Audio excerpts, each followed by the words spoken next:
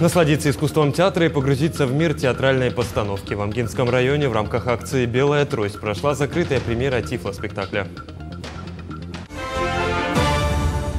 Ежегодно акция «Белая трость», посвященная незрячим инвалидам, в Амгинском районе проходит весьма интересно и разнообразно. В этом году в рамках акции прошла закрытая премьера тифлоспектакля. Тифлоспектакль – это инклюзивная театральная постановка, адаптированная для наиболее полноценного художественного и эмоционального восприятия слабовидящими и тотально слепыми зрителями. Такой тифлоспектакль в Амгинском районе был поставлен впервые. В спектакле роли играли артисты Народного театра имени Светланы Лугиновой, режиссер-постановщик Нерея Николаева. В рамках всероссийской акции «Белая трость» прошла премьера спектакля «Каре» по мотивам ненецкой сказки. Этот спектакль зрители смотрят закрытыми глазами.